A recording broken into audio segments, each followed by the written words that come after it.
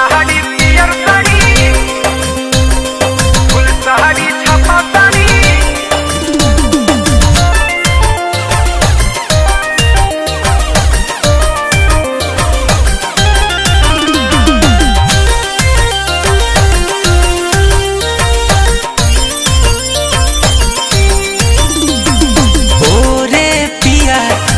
नहीं किया ओ रे पिया ठीक नहीं किया। लाल साड़ी पियर साड़ी काहे ना दिया रे काहे ना दिया। फुल साड़ी छापा साड़ी काहे ना दिया रे काहे ना दिया। ओ रे पिया ठीक नहीं किया ओ रे पिया ठीक नहीं किया। फुल साड़ी छापा साड़ी काहे ना दिया रे काहे ना दिया। लाल साड़ी पियर साड़ी काहे ना दिया रे काहे ना दिया।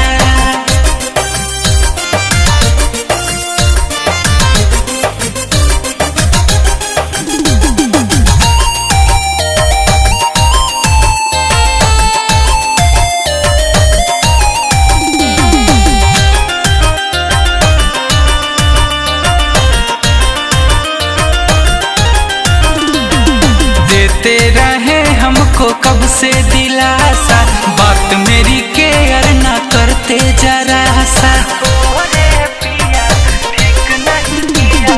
देते रहे हमको कब से दिलासा बात मेरी केयर ना करते जरा सा। मीठी मीठी बातों में मुझे नहीं आना है आज देंगे कल देंगे रोज का बहाना है। ओ रे पिया ठीक नहीं किया ओ रे पिया ठीक नहीं किया। लाल साड़ी पियर साड़ी काहे ना दिया रे काहे ना दिया। फुल साड़ी छापा साड़ी काहे ना दिया रे काहे ना दिया। लाल साड़ी पियर साड़ी फुल साड़ी छापा साड़ी।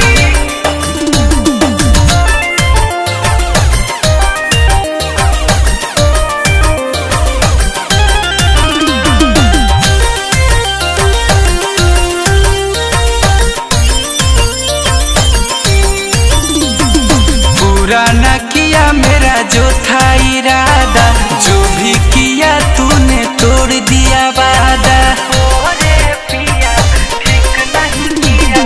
पूरा न किया मेरा जो था इरादा जो भी किया तूने तोड़ दिया वादा।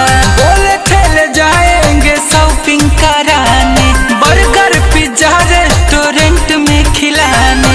अमन गुंजन पिया ठीक नहीं किया अमन गुंजन पिया ठीक नहीं किया। लाल साड़ी पियर